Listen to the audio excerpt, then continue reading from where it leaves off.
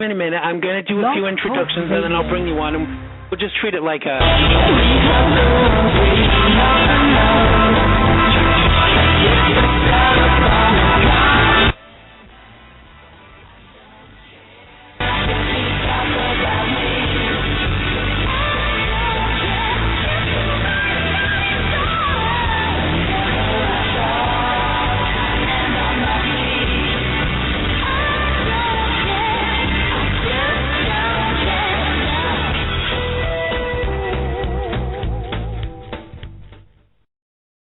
Well, hello and welcome to today's episode of XANDERMONIUM, the talk show that gets you talking.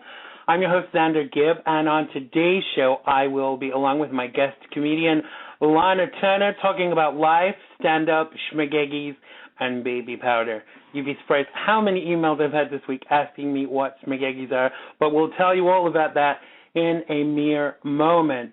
So you can interact with us during the show because we're really, really high-tech like that. With the chat at the bottom of the page. If you're in there as a guest, you can sign in with Facebook, and you'll be able to join in the chat, get your opinion across, say what you feel. And you can also tweet us. My Twitter handle is at XanderGibb, XANDERGIBB. You can tweet me if you have either a question for Lahna or a comment, or you can say it in the chat and we'll share that on air for you. Or you can tweet Lahna. Lahna's Twitter is at Lahna Turner. I'm going to spell that for you, LAHNATURNER, and that's capital L and capital T. Well, it's been a funny all week, and I was parodied rather badly by a second-rate podcaster who is frankly gayer than me. Yes, folks, that is possible. Now, if it had been remotely funny, I would have been the first one to laugh my tits off. Always happy to laugh at myself, but it wasn't. Maybe if he spent a bit more time improving his own show rather than obsessing on my inadequacies. Yes, folks, I'm sorry, I have inadequacies. Of a fat, talented talk show host, yes, I'm talking about me now, he wouldn't be laboring in the obscurity of the New Jersey backwater of broadcasting. Enough said. Thanks to those who wish me well, and those who don't, they can go to hell, frankly. So in the last section of the show today, we're going to be discussing the verdict of the George Zimmerman trial, and the fact that he was acquitted. For anyone that's been living under a rock, George Zimmerman was the man who shot and killed Trayvon Martin. So call us with your opinions. That's the last section of the show. As ever, our number is 347-884-9061. That's 347-884-9061. Hi to everybody in chat. Thanks for coming along. I know some people are on the way. They've been showering before the show. I know they think they're going to get dirty by coming in the chat room, but it don't get much dirtier than this. So, enough of my ranting and silliness. My guest today is Lahna Turner. No, not the 40s actress. I'm talking about mother of two, wife of Ralphie May, and a damn hilarious stand-up comedian in her own right. Packing them in and wowing them with her comedy prowess and parody songs, she should really have her own TV show. And I don't say that about many people. I obviously say it about myself a lot. So, without further ado, please welcome to the show for the first time. She's witty, she's beautiful, she's Jewish, and she threatened to wax Jake Pentland's tape. God help her, and I really hope she does have a hazmat suit at hand. Welcome to the show, Lahna Turner. Hi. Hey, Xander. Thank you for having me. Thank you for coming. How you doing? I'm good, and I am going to wax his taint one of these days. We were trying to work it out. That's one of those things you kind of have to schedule out a little ways.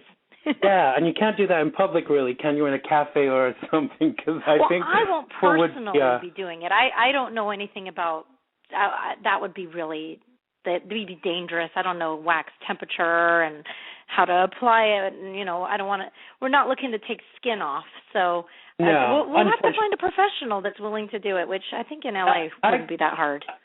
I would come and do it. Jake and I are fighting at the moment, which we often do. So I'll come and do it. I'll just make sure the wax is a little bit hotter than it's supposed to be. No, I'm just joking there. I do still love them. They say you fight more with the ones that you care about, and it's so freaking true. So are you on the West Coast today, or where are you? I'm in Nashville today. Nashville, Tennessee. Wow. Yeah. And do you partake in the country music at all? Does that interest you? You know, I mean, I love all different kinds of music, but we bought a house in Nashville a couple of years ago, and so I haven't been in Nashville very much this year, but I'm here right now. We did a show in Asheville, North Carolina last night, and then got in about 3 a.m. back to Nashville. Oh, wow. So, yeah, so it's been a busy couple of days.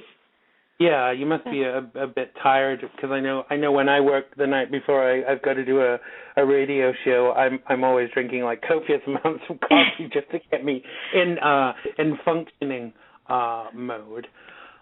So you were a photographer initially. How did you get started in stand-up? How did that come about? Oh, that's so interesting. You did some research, huh? Yeah. I actually started out I was a photojournalist for a long time, and I started doing that out of high school. You know, I did like the little high school yearbook newspaper thing, but I got really good at it, and I actually interned at Associated Press and started working at the AP.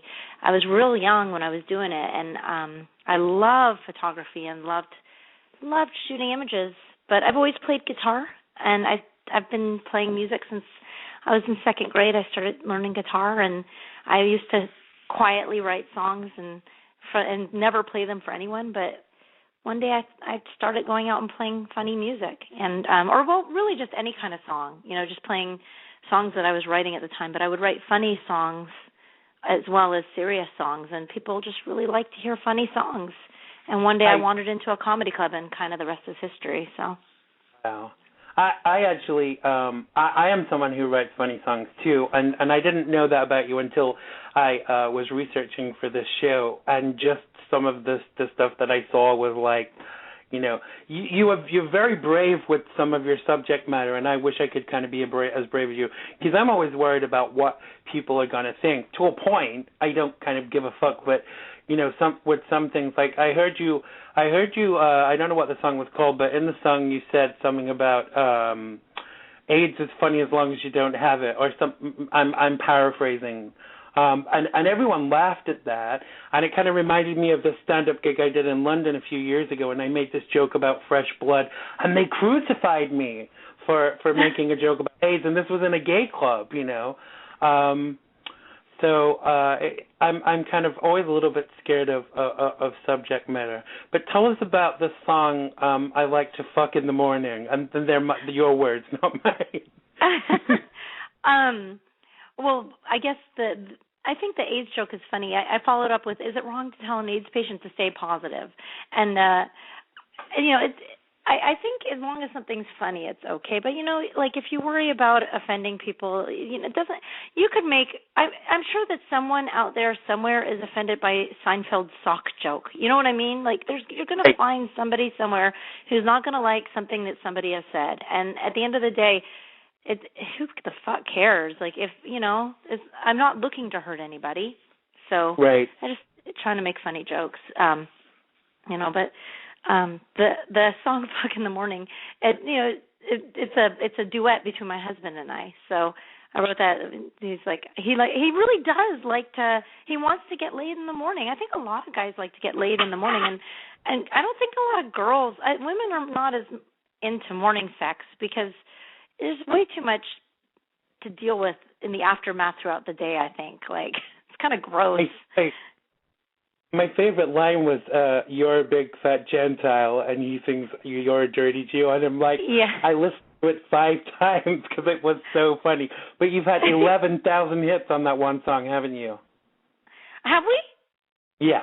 On the little video thing? 11,000? That's pretty cool. On the video for "I Like to Fuck in the Morning," you've had 11,000. Oh, it's such a boring video, too. That sucks. We want to do a real video, like one where we're actually interacting in it, because that one, we just sort of put that up because a lot of people were requesting it because we used that song for the opening of our podcast not even not in its entirety, just maybe the first, 2 verses of it.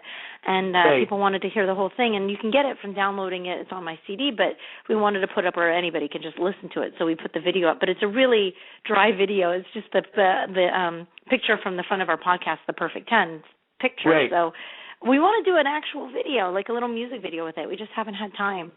But that's great. I didn't know it got that many hits. That's cool. but talking of like real videos, I also during my research, I had to bleach my eyes out after. But you even have a sex tape out there. Yes, a mock you porn. Yeah, Ralphie and I did this mock porno. Yeah, that's had a lot of hits. But we realized recently that we don't have it listed in a way that's easy for people to find.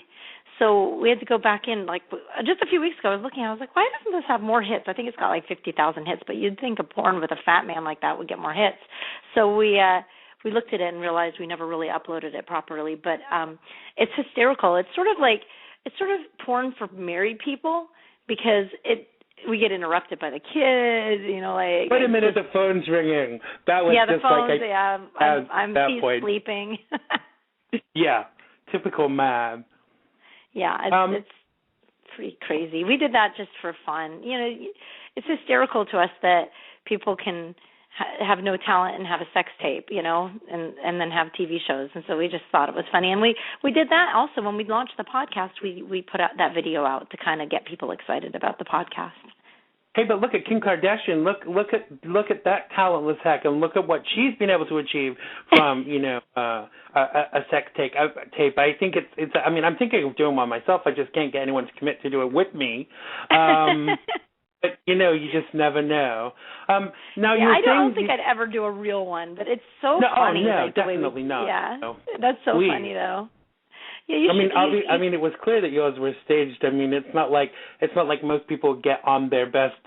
Maybe I'm wrong. Their best lingerie and the best bedding and stuff. If you're going to have right. sex, it's like sex is not the cleanest thing in the world, is it? Right. Anyone that has had sex with me can attest to that.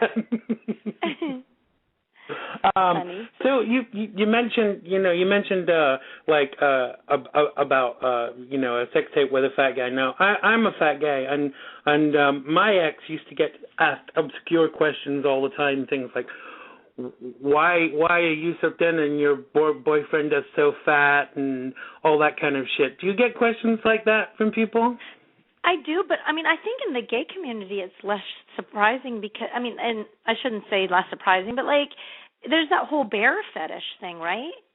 Right. Yeah, there's a real sort of chubs and chasers and right. there's but it's kind of kinky and even though I'm a big fat bear myself, I don't kind of like mix in that community too much because there are odd people out there. Like one guy wanted to eat pizza off my naked belly and things like this, and it was like, no, I'm not going there. Isn't it the other way around? But sorry if he pays for the pizza, but being the cheap Jew I am, I don't pay for anything. But there certainly is that going on out there, the chubs and the chasers. But it's funny when I said to one of my friends, I'm always interested in the kind of society views of everything, and like I said to my friend, I was doing the show with you, and she said, yeah, I know who she is. She's married to Ralphie May. He's so hot, and it kind of surprised me. Wow, that's fun. With the greatest of respect, like you don't. I think society he's adorable. With I was never a chubby chaser. What do you mean? Like, sorry? Say again. I'm sorry. Oh, I said I was never a chubby chaser. Like I wasn't looking for a fat guy or whatever. But but that's so sweet that she said that because I think he's very handsome, and I think we're kind of programmed for what is supposed to be attractive. We're not kind of. We're definitely programmed. And a few hundred years ago, a fat person was wealthy and very like that was like the hot thing everybody went for. But here's the thing: I want my husband to be healthy.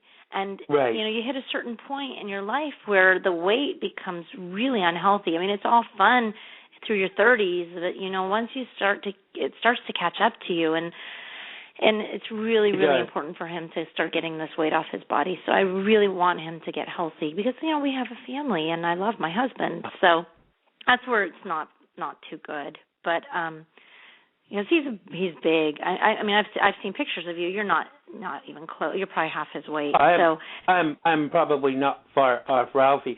And I've struggled since puberty with my weight. But I think that the funny thing is, you know, and I heard you were talking about this on Jake's show and stuff too. I just think that people get the impression that all fat people do is to eat, and it's not true. Yeah, I could probably eat most people under the table, but you know, at my age, I'm trying to kind of deal with it, but it's very hard, and I think that unless you've waddled a mile in my shoes, don't fucking tell me you know how I feel. Do you know what I mean? Yeah, it's funny. I'm like, you don't sit around and eat all day? No. And Ralphie doesn't really sit around and eat either, but I mean, I definitely see where he, like, you know how thin people make fun of fat people, and like, I think it's a general agitation over the fact that, like, I legitimately watch what I eat, and I'll put on a pound or two, and then I'll realize my jeans are getting snug, and then I'll take the, like, proactive measure to not put on, and I kind of know what to do to not put on too much weight. But I mean, I think anybody could get heavy to a point. I don't know if I could be morbidly obese. That's a whole different medical mess. Yeah. But I mean, I think that's why thin people are agitated by it, because they're like, well, come on, fucking fatty, get the weight off. Like, I mean, I look at my husband, I've known him for 14 years, and I'm like, come on, 2.5 pounds a week, let's do this shit. And then he's like, you know, it's hard. I see it is. It's very hard, and there's a lot, you know, and it's also the mind and the body. They're not separate. So whatever is going on inside the head is definitely playing itself out on the body, and it's hard to fix that. Some people, I know that a lot of my eating, well, probably most of it is emotional. You know, some people run to a drug dealer, some people run to the liquor store, but I waddle to the refrigerator, and you know, I for me, it's addiction really. I think totally is. You know, he went to rehab, and I had to go for this family day, and it was one of the things they talked about was the brain, and they take, you know, scans of the brain when you're getting your fix as an addict, and food addicts get a very similar brain scan as heroin addicts. Like when they shoot up, you're getting the same endorphins running through your brain. That's fucking hard to quit and very powerful. It is. And even kind of all things being good in your life. You know, for 15 years when I lived in London, I worked nights doing the club circuit. And you know yourself what that lifestyle is like. You know, you eat unhealthy because you're eating on the run. You know, you eat late at night, and it all really catches up with you. You know, and I'm not saying any of this is kind of like an excuse. But I think that it's all things that people don't, you know, really take into consideration. Yeah, you know, and here's the thing. I think for me personally, like I wasn't really that worried about my husband's weight until some of the health things and his body hurts, and that's where it starts to really suck because you don't want to hurt. So no. Yeah. Well, accompany it too. I always say the only reason anybody ever needs to have an interest in how fat I am is A, if I'm going to sleep with them, and you know, B, if I'm going to be on top, and C, if you know if they're eating their lunch, and B, if they're going to steal my lunch. So that's the only reason if anybody ever needs to be concerned with kind of how big I am. I mean, I've read that you get more penis, like that you lose penis inches, like, or I don't know how much per how many pounds overweight that you are, but that's like a pretty good incentive too. Hey, my ears kind of pricked up then, for want of a better phrase, because I thought you were going to say the bigger you are, the bigger your penis. No, it doesn't work that way. I don't think. I think it's the other way around. I think the gut kind of absorbs some penis away, like it takes it away. You're like, your ceiling. Your gut kind of takes away from your girth, as it were. Yeah. So do you have? I can't believe I'm talking cock with Ralphie May's wife. It's funny. So do you get nervous before you go on stage? Not unless it's some sort of unusual circumstance, something. I mean, at this point, I've been doing this for a long time, so I've covered almost all the different scenarios. But if something is really unusual, or if I haven't been on stage for a long time for something, for some reason, then I might be a little more nervous. But like I just recorded a 1-hour special about. Right. Yeah, I was going to ask you about that. Yeah, about a month and a half ago in Vegas, and I was super nervous until I hit the stage, and then it was fun. But leading up to it, I was like, I think I peed 5 times before I walked out on stage. I was so nervous. So, but once I got it done, once I was on stage, I was just like, I just wanted to enjoy every minute of it because it was so much fun. Yeah, and I think the audience reactions kind of feed into how you feel, don't they? Because I always find that if I go on and I don't get a very warm response, because mostly a lot of what I do nowadays is singing. Even if you start to sing the first few lines and they're not listening, it kind of makes you a bit nervous. But I think you do kind of tend to go into like autopilot with it a little bit. I treat it like talking to friends rather than, oh my God, there's 200 people there or 2,000 or however many might be for you. But do you know what I mean? Oh yeah, no, you totally feed off the audience. I mean, it's so much fun to be in front of a great audience, and like if it's a shitty crowd or for whatever reason you're just not gelling, that's you just kind of gotta more plow through it, and hopefully they're enjoying themselves, and maybe they're just not loud laughers. It's funny because one night, I always have to remind myself about an audience and thinking too hard about the audience and their reaction off of this one show I did many years ago in which I was having a great set. It was in Florida, but there was one guy in the crowd that was just sitting there, and he just wasn't smiling. He just looked miserable, just sitting there, no laugh, no. And I was just, what the? I was like, nah, look at this one guy. The whole room's enjoying themselves, and I wanted to say something. What's your problem, dude? He was a little bit too far back from the stage, though, to really, acknowledge or engage. So I got through my set, and after the show, he came up to me and he started to tell me that it was the best show he'd ever seen. He had such a good time, but he could barely talk because his mouth was wired shut. Oh, shit. Right, so you just can't ever tell what's going on in somebody else's life or whatever, and so sometimes you just get in front of a crowd, they're not laughing. I always say that.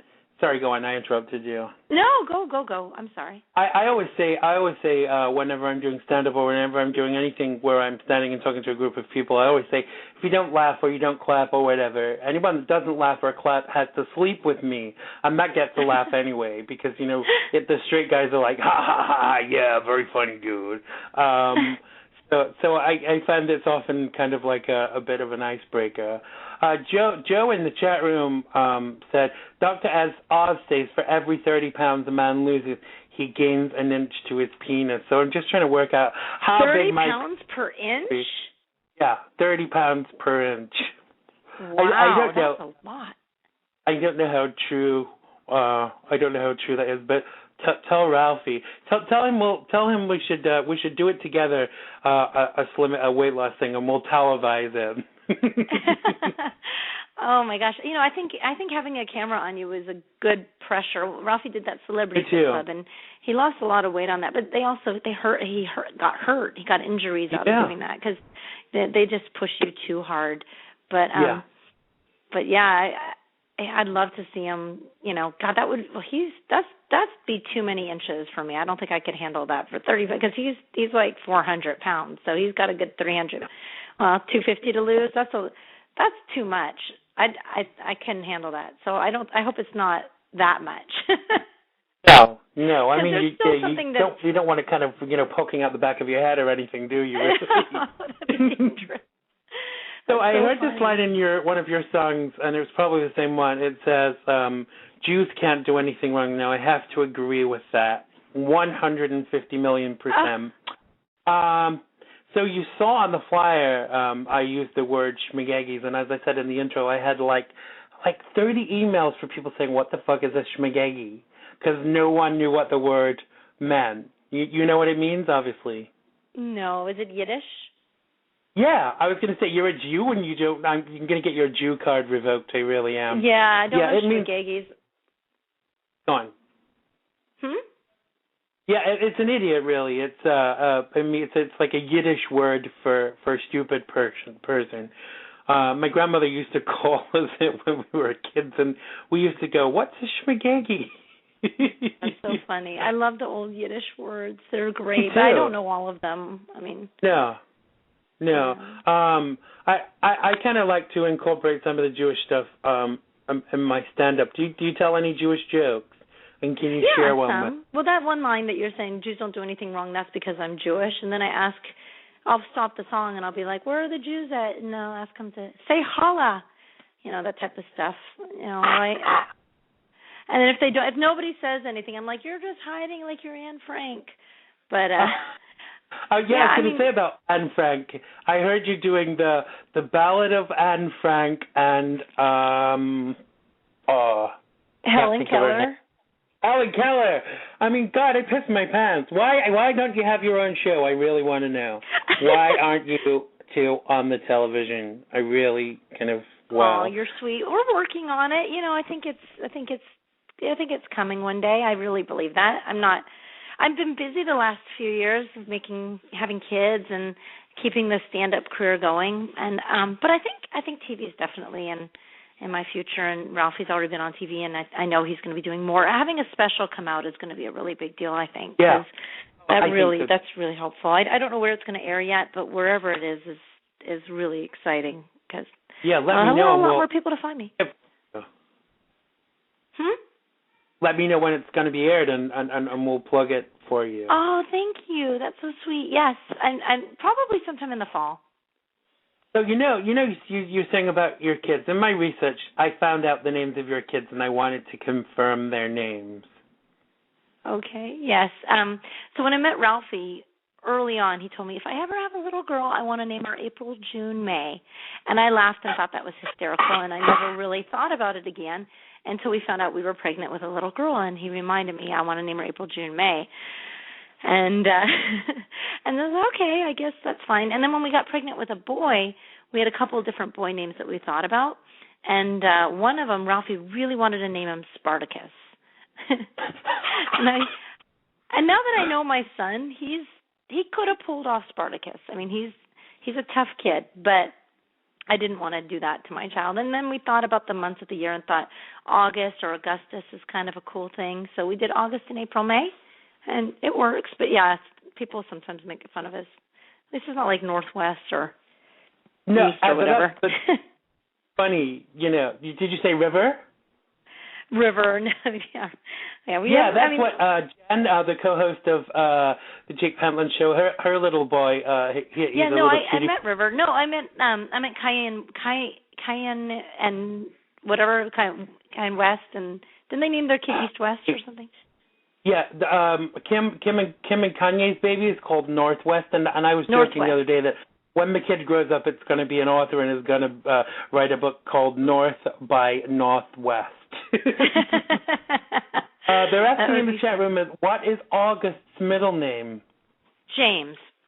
So we went with James because if he wants to not be August May, then he can be August James, or it could be AJ. So and Ralphie has a cousin who he lost very young in life, and so James was kind of a special name for Ralphie. Right. Yeah, it's my father's middle name too. That's one of our family names too. Oh. So, also in my research, you see, I do a lot of research for the show. I saw a video of Ralphie dressed as Anna Nicole. I mean, it was hilarious. You really are thorough. Are you cool with your man dressing up in a frock? It was fucking hilarious. It wasn't just hilarious. I mean, doesn't he make a beautiful Anna Nicole? Yeah, I know. Him and I should do a drag act. That would be hilarious. We should be called 2 Tons of Fun. That is so funny. Yeah, he did that. He was on a show with Jay Moore years ago. The show was called More Sports. And they did skits and sketches and stuff. And one of them was about Anna Nicole, so he got all dressed up like her, and it's hysterical. Yeah, I think it's imperative. There are lots of people out there that call themselves comedians, but then they say, I wouldn't do this, and I wouldn't do that, and I wouldn't do the other. I mean, you really have to be open to everything. A few years ago, I did this, I was asked to do this internet series called The Killer Tranny, and I really didn't want to start doing drag and shit again, and I'd done it while I was a student, and I did it, and it was like, it went viral. It was so... I don't know. It was so funny that people in China and France and stuff did interviews with me, and this is why I think you can never say never, because you never know what's gonna come from doing any one particular thing. Right. If something's funny, you got to go for it, right? Yeah, absolutely. I mean, some stuff I'm working on right now, if I can get my technology a bit better, because I want to open up YouTube, because you guys seem to have really been able to do a lot with YouTube, but I never get very many hits. I mean, I put my show every week on YouTube, and I find that anything that's slightly funny, they're interested in, but they're not interested in, like, serious shit. They don't want to watch, they don't want to watch stuff that's serious, but anything that's funny or, taking the piss out of someone, they want to watch the whole thing. It's funny, really. You know what's interesting? Ralphie's YouTube page, so he's got videos on the internet that have like 2 million hits, but they're up by some other people posted them. And so just recently we went ahead and started taking some of those videos down and reposting them on his page, so that way his page is the one that collects the hits, because otherwise I don't know exactly how it works, but I think eventually you can collect, pennies on the clicks or whatever for stuff. And plus it's kind of uncool that other people are getting that. So we just started moving things over, finally got organized with it, because, but he's got videos that are totally would be considered viral. Wow. I don't know how that happens. It's just, people pass them around. But, yeah, I know a cute kitten video or a puppy video, I'll get it and be like, oh, I got to watch that. It's got like and have to show it to Auntie whoever and Uncle Fred, and so everyone passes them on. But I've never had a check from YouTube. Not that I've had much stuff, but I know that for the Killer Tranny video alone, the guy because I didn't own it, I just starred in it. But he got that many hits. I think he got a check in the hundreds for that video alone. But then he took it down. I was like, so where's my fucking percentage? But unfortunately, with these things, you get a payment, and that's your payment. There's no repeat fees. There's no, back and forth and stuff. I don't know how it works. So. Yeah, it's kind of all weird, but you are right to kind of get the stuff that's of you under your ownership. I mean, I had the Killer Tranny on my page for a while, but people were doing weird shit with it, so I took it off just for a while, but it'll go back on there. So I want to know, how is Angus, and is he still banging sheep? Yeah, Angus is a guy in Nashville. Actually, I'm going to see him this week sometime. His name's Scott. He's a comedian. Talk about somebody who's willing to commit to a joke, right? So this is a comic friend of mine here in Nashville, and he plays a character named Angus in a video, and he's like a sheep banger, or sheep fucker, I guess I should say. And so he was pretty committed to it. And no sheep got violated, but I can't believe how almost close he got to it. I mean, it was really, right? I mean, that's pretty committed, don't you think? Yeah, how many pairs of rubber boots did you go through for that video? It's when you're in a place like Nashville, there's sheep farms within close proximity, and there was this farmer who loved the song, thought it was hysterical, and didn't mind letting us use his land for to shoot this video. And Scott just committed 100%, and he's so damn funny. We might try and do some more videos while I'm here. I don't know how much time we'll have for it, but that guy's great. He's so funny, right? Yeah, I mean, I kind of, it's really funny, like, when I'm doing research, I get questions from looking at stuff that people have done before, and so many of you, not wasted, but I was trying to do the research, and I watched things so many times, it was like, I have to fucking watch that again, which I suppose is a good sign, but when you're trying to put a script together for a show, it's not so good. you know. When we were walking around the sheep farm, the sheep are very skittish, and they wouldn't let him get anywhere near them. And the farmer was out there with us, really sweet older guy, and he just happened to get close enough to one that wasn't paying attention, and he grabbed her leg, and Scott ran over and got behind her, and we just got lucky, or he got lucky, or something. And then it looks so nasty, but it is so funny. So now, do you ever read any of the comments? Yeah, it was very realistic, I have to say.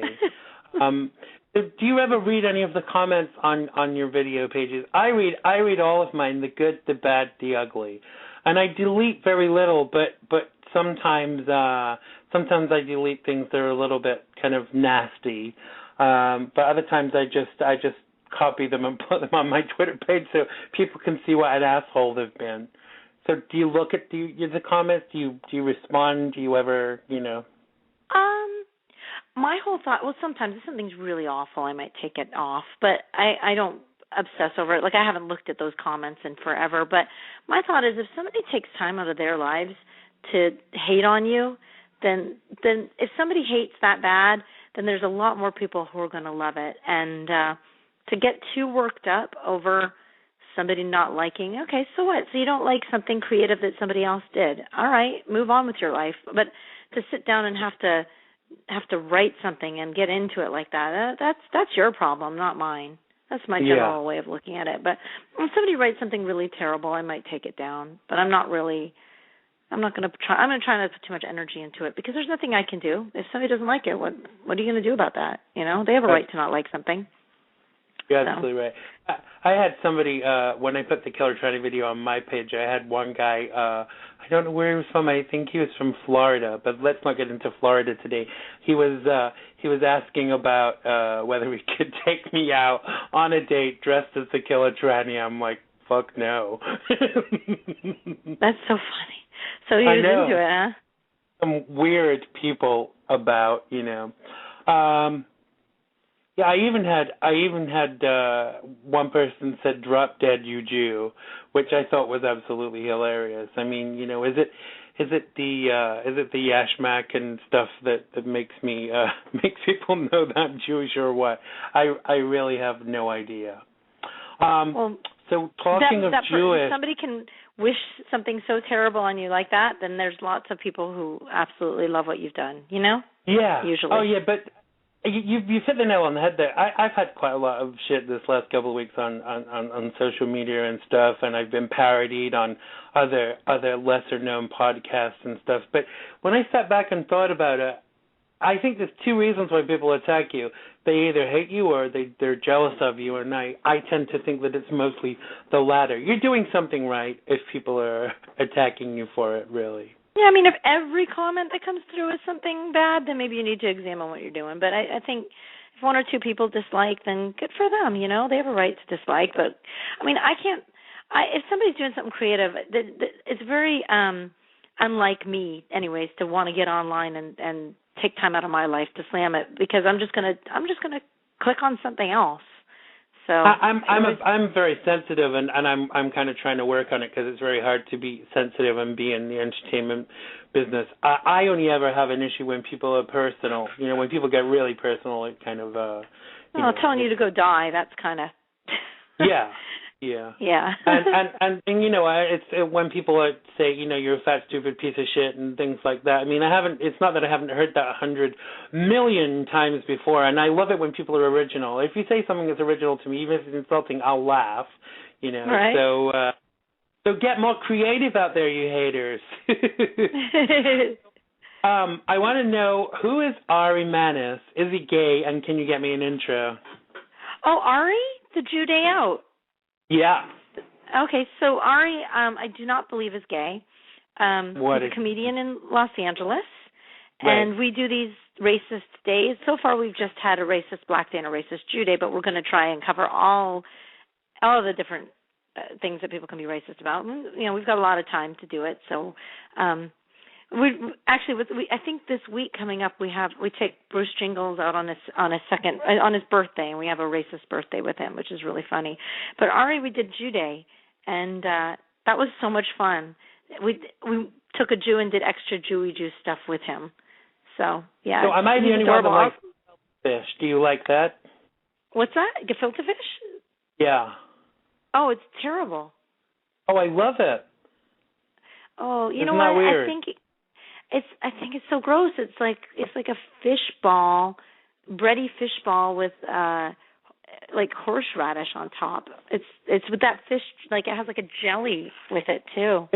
Maybe it's because I put ketchup on it, which kind of like nukes everything, doesn't it? Really? Yeah, right. But, anything's better with ketchup. But yeah, I mean, I've had like when my grandmother would make it when I was a kid, it was it's tolerable once a year at Passover or whatever. But that food that we ate, Ari and I ate on our Jew Day, has to be some of the worst food I've ever eaten in my entire life. And it's not typical Jewish food.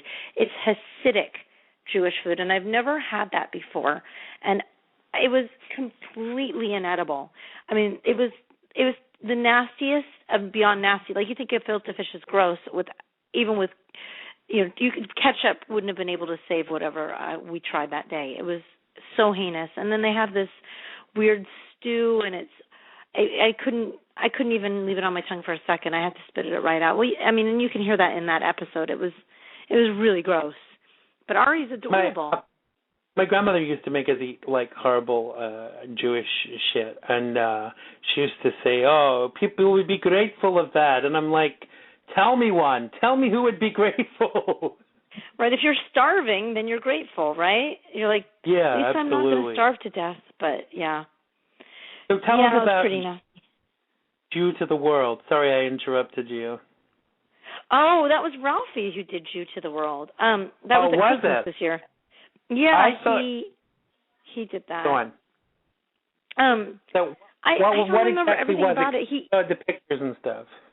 Yeah, he put something up in the yard. I'm sitting in my bedroom right now. I can look across the street. There's a Black Baptist church directly across the street. I'm in Nashville. It's the South. There's a church on every corner. And he put up Jew to the World on our lawn. It wasn't up for very long, but it was up long enough to get the picture and to laugh about and have fun with. But yeah, he made up this whole thing he was going to do Jew to the World for Christmas. Did you know he was going to do that, or was it like a surprise? Did you come back and find it? Oh no! Well, he said he did surprise me because he thought of the lights and set everything up. I didn't expect that, but I was involved when we set it up in the yard. I helped set it up and take the pictures and stuff, and it was funny. It was a pretty funny thing to do. Well, you do a podcast with your husband Ralphie May every week, and it's Wednesdays, isn't it? And you're in the top 5 on iTunes. Way to go! What am I doing wrong? Well, iTunes and their way of counting the podcasts and stuff, like, I don't know how that works. Right. It's random. Like, sometimes you're higher in the charts and lower. The fluctuation is so great. I don't know how that works, but talking to people and putting it out there, and people find it. Obviously, people are listening.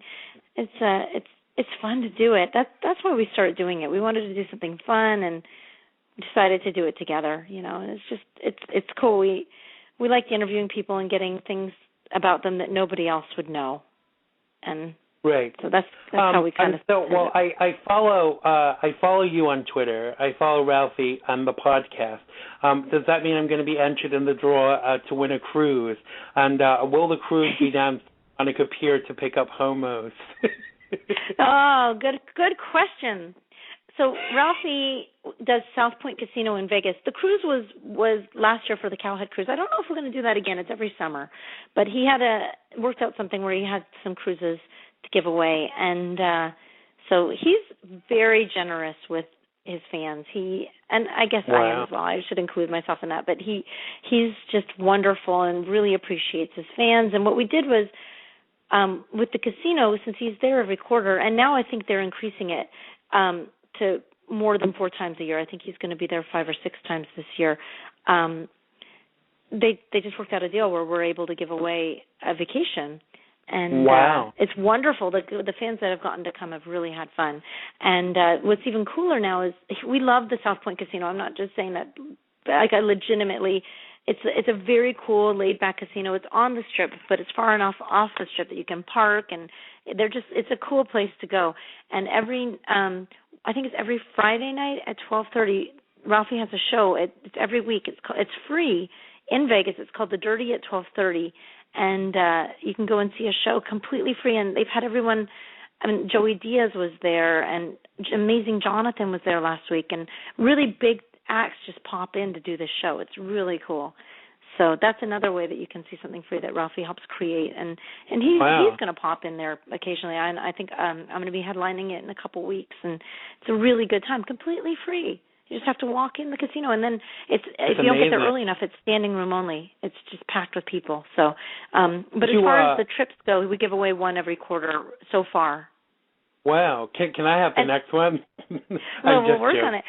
No, you know what? I decided not to be involved in the choosing of who wins. So that's it's up better to that way, 'cause be accused of. Oh my gosh, I'd be flying people out that I have known since high school. Yeah, yeah, it wouldn't be fair. So what we do is just based on tweets, and that way people help promote. And you stick with it long enough, eventually everybody who's really involved will eventually get to go, because it's it's that type of thing. So are you telling me that I followed you, Ralphie, and the podcast on Twitter for nothing? Yes, for nothing. No, just tweet it. Just keep tweeting and saying what's up. And like the last guy who got selected, he's such a ravenous fan, and it's kind of like bringing in the craziest stalker we can to come hang out with us for the weekend, which is probably not the best choice, but that's what we can do. I like the idea of that. Can you imagine how it looked though if you've been on my show and then I win the cruise? Can you imagine what people would say? Oh yeah, that's not a fix. Well, we legitimately love the people who've gotten to come, and they're our friends too. Just they're fans and friends, and so I don't know. I can tell you straight up, I will not be involved in choosing because I don't want to. That wouldn't be fair. So no, I don't blame. Yeah, so, but I would love for you to come.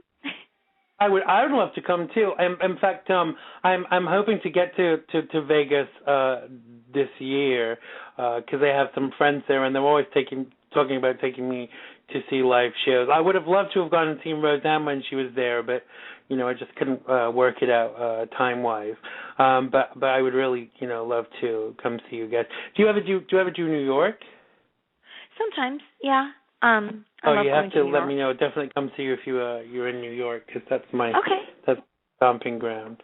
So let's talk Ron Jeremy. You interviewed that living porn legend. What did you guys cook up, and did the size of his appendage pop up in the conversation? I mean. Well, I think it always comes up with Ron Jeremy, right? He's such a nice guy. He really is. He's a super, super sweet guy, and super smart and really fun person to hang out with. And I've met him a couple of times over the years. Like, pardon the pun, but he's a very hard worker. He works extraordinarily hard, and there's no other way to put it. But he's always, and just around Los Angeles, he's always out. So I met him years ago at sort of like a party thing, and then we met him at the Gathering of the Juggalos, which that was a whole nother story. But then he came and did we do this segment where we cook with a porn star. So because the premise man is everyone can fuck and everyone can cook, but only very few people can do those things professionally and do them well. And so Ron came over and made like a frittata, an egg thing, and it was. I have to say, none of the porn stars. Tabitha Stevens is a pretty good cook, but so far, I'm not impressed with the food. But the interviews are always really good, and it's fun to talk about food and sex. The concept for cooking with porn stars. Oh, that was my idea. Yeah. And the thing is that I feel like there's only so many times you can ask somebody a question about, how do you get into porn, or how do you get into that? And I think it's fun to just hang out with somebody and get to know them on a different level. And there's something very sexy and sensual about food. So somebody who does talk for a living, hearing them talk about, hearing Tabitha Stevens describe how she puts, a dish together, it could be very sexy. And we get to that without having to force the issue, so to speak. So it's fun. We need to do some more of those. We've been trying to get around to getting some more porn stars on the show. So I we'll actually know a gay male porn star, and if I can get him on, can I come and co-host him? We'll get him to do it naked, but you have to be insured. Great. Don't want him we haven't had a gay porn star yet. I would love to interview him. That'd be great. And if he wants to get naked, I don't care. I will put you. He'd probably do it too. And I became friends with him because I saw him in a movie, shall we say? And I kind of like started tweeting him, and we became friends. His name is Pierre Fitch, and he is absolutely beautiful. But he would be great to have on your show. Well, but like I said, you would have to have something. If he were to come on the show and we did a cooking segment with him, I'm not sure if I would want him to cook something I was eating naked, because but if I might be entertained watching him cook naked if he was frying bacon. That might be fun. Are you a fan of bacon? Are you a baconaholic like me? No, not really. I don't mind bacon, but I'm not a big bacon freak. But it would be fun to watch a porn star fry some naked. It's just dangerous, but right? You would have to make sure insurance, because you wouldn't want them burning their penis or their nipples or. Right, then that could be the end of the career. That's dangerous. No nakedness upon. Most of the porn stars that we've had on, not Ron, but have gotten naked at some point during the interview. So it's pretty fun. I think that's absolutely hilarious. But you know, the first thing I thought was, why not a gay porn star? We have to have equality in cooking with porn stars. Oh, I'd love to. We just haven't met anyone to do it with. So give him my information. Tell him when he's in Los Angeles, I'll have him on. We'd love definitely. To. I will definitely pass on. That would be kind of fun to watch. So, where are we going to go from here? My brain just talking about porn and gay porn stars. You know, my brain just wandered. So you have an album? Is this true? Yeah, I have a couple actually, but yeah, a comedy album, and now I'll have a new one pretty soon with the DVD. Really? So yeah, whenever this gets done editing, very excited. What? Did you like the cover of my CD? Thing? The Lips Could Talk one? Did you like the cover? If Lips Could Talk. Yeah, I did. In fact, that's the picture that Jake used when you were on his show. And although you were totally naked, you couldn't kind of see any of the little bits, you know?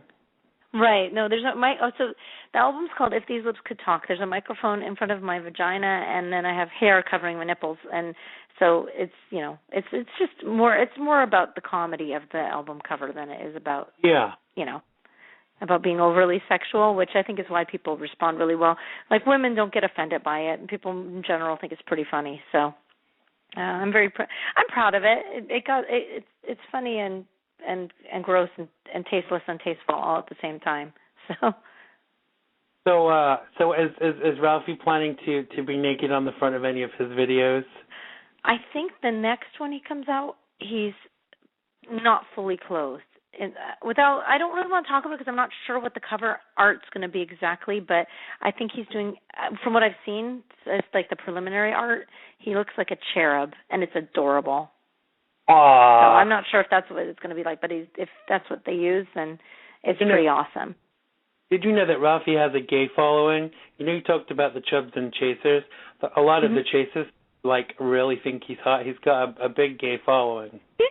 That's awesome. Well, you know, Ralphie's very, pro-gay. He's very supportive of the gay community. He's done a lot of jokes that, are very supportive. Right. Yeah. I actually knew that.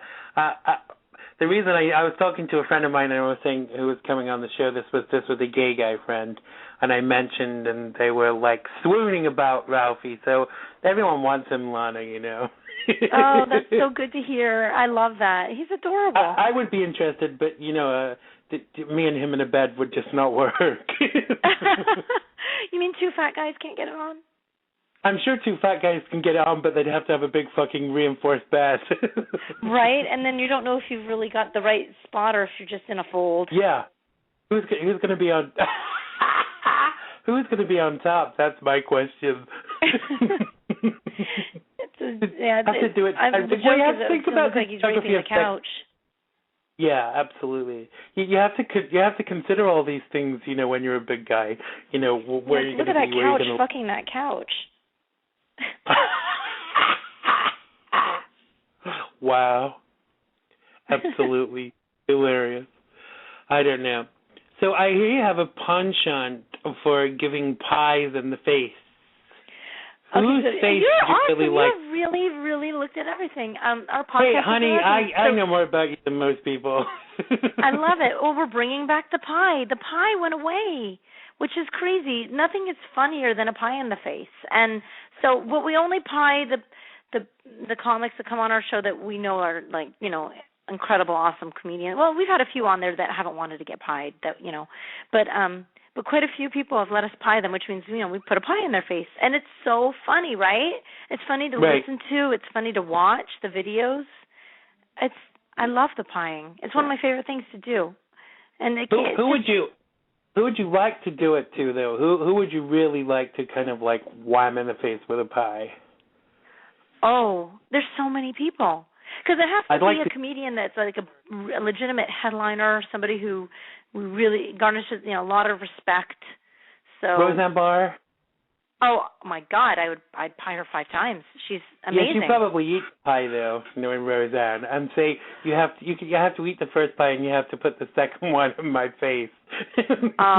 She's so beautiful and funny, and it would be an honor to pie Roseanne. Yeah. Yeah, I am a big fan. It'd be an honor just to meet Roseanne. I have never met her, and I just think she's incredible. So yeah, that's an awesome one. Good call on that. She's in LA at the moment, so you just never know. You should call Jake and set up waxing his taint while his mother is there, and go to their offices because she's around at the moment apparently. Oh, yeah, so, and have his mother in the room. Oh, you know what? As a mother with a son, I hope I'm never in the room if my child decides to wax his taint. you don't want her in the room. As a comedian, even. She blocked a load of us before for even mentioning his penis. So don't fucking go there. That's hysterical. No, I mean I've always been a fan of hers. She's amazing. So I don't even. Yeah.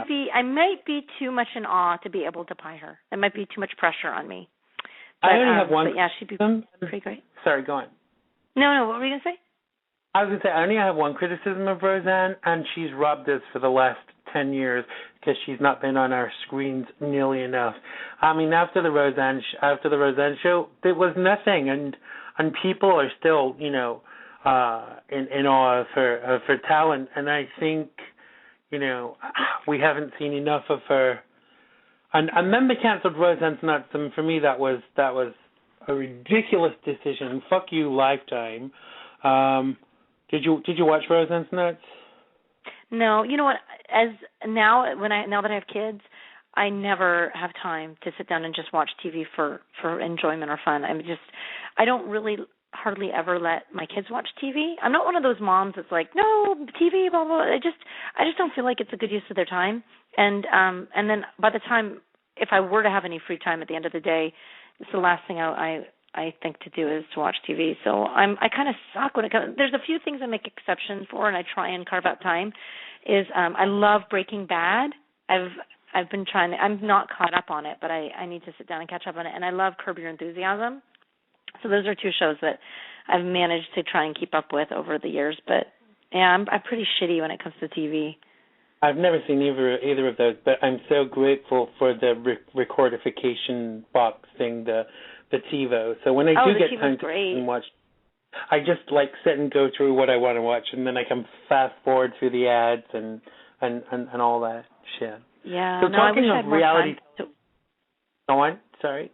I wish I had more time to catch up because I would definitely want to watch more stuff, but there's not enough hours in the day, and I think we all need I need an assistant. I'm sure you do too. I really would like someone to come and do all the little things like tweeting and sending my information to potential people that want to book me, et cetera, et cetera, et cetera. Because I manage myself, That's not a sexual reference, so before you ask. I fired my manager a couple of years ago, and I do it all myself now. I even do all the stuff for the show myself, and it's hard. It's a mammoth task, to kind of do it all yourself.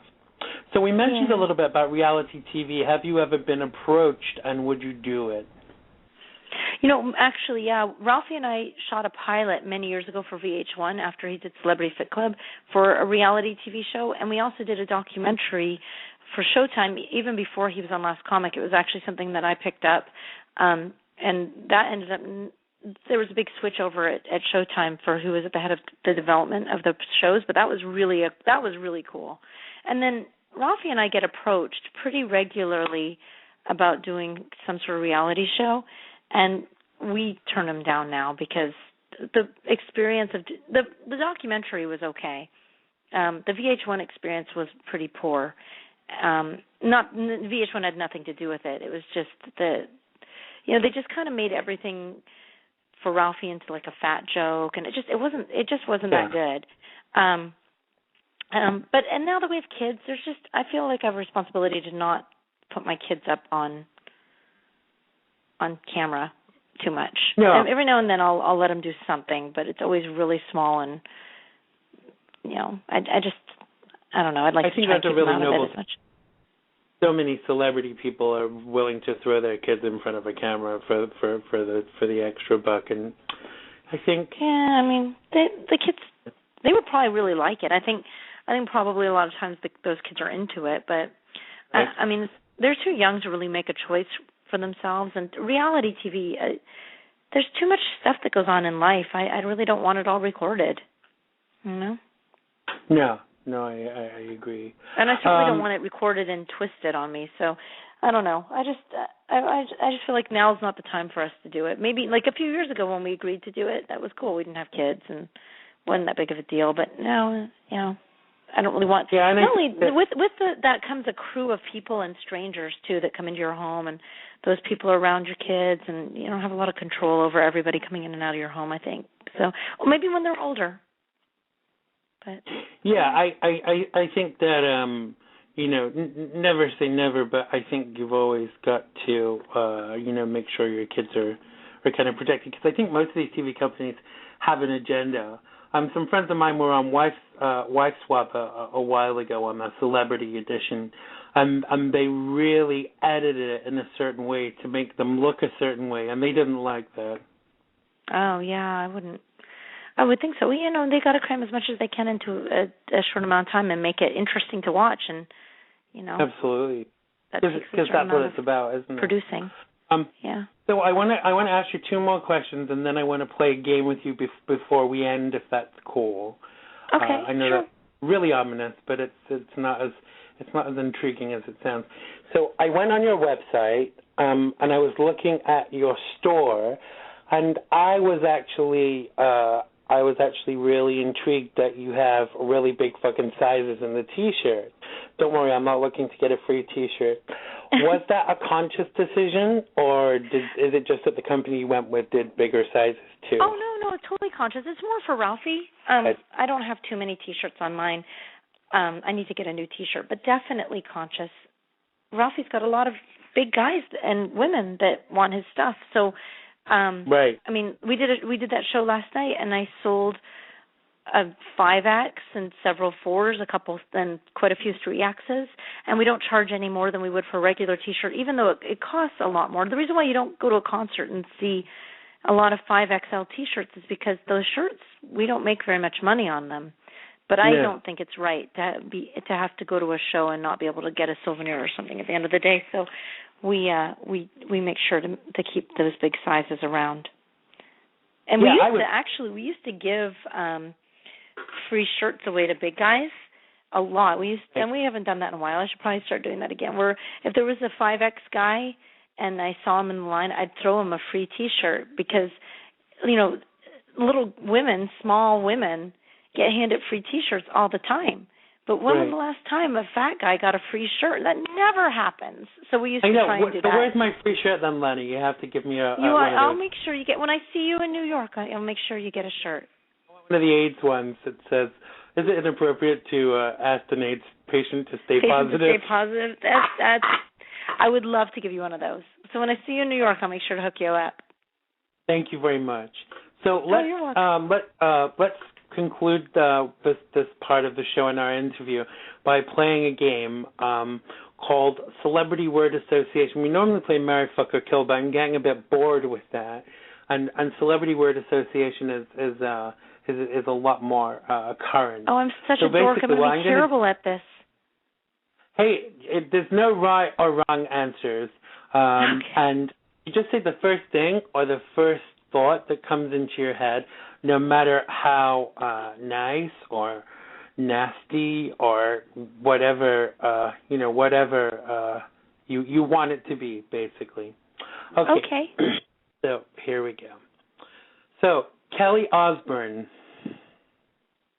Oh, I think of Ozzy Osbourne. Right. Donald Trump. Oh, God, the hair, the comb over. Is that what you mean, like the name and then what I think of, or the celebrity and something else? No, it's the very first thing that comes into your head, whatever that might be. Those two were totally appropriate. Actually, nothing is inappropriate. Say just whatever you think, even if it's custard with condoms. Okay. All right. Okay. So Rand Paul. Ew. I don't know. We were just watching Bill Maher last night, and they mentioned him. So yeah, I guess Bill Maher. He's got terrible hair, Rand Paul. And it's worrying when people talk more about the way you look than what your policies actually are. So right, but they were the first thing that comes to mind is Bill Maher because we were watching Bill Maher last night and they brought him up. So, or was it? No, it wasn't Bill Maher. We watched Bill Maher and then we watched that show on HBO where I just finished telling you I never watched TV, but we were on the bus driving. It was just Ralphie and I. It was a show I haven't seen before. It was like Newsroom or News Show on HBO. I think that might be where it was, either on Bill Maher or that one that they mentioned him. So that's okay. Next name for you, Jake Pentland. Oh, I love him. I can't wait to wax his taint. I'm gonna lend you my hazmat suit for that. I really am. Okay. Gary Coleman.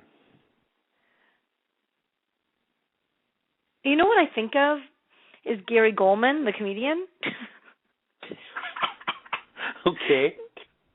Barack Obama. Oh, president. I mean, I don't know.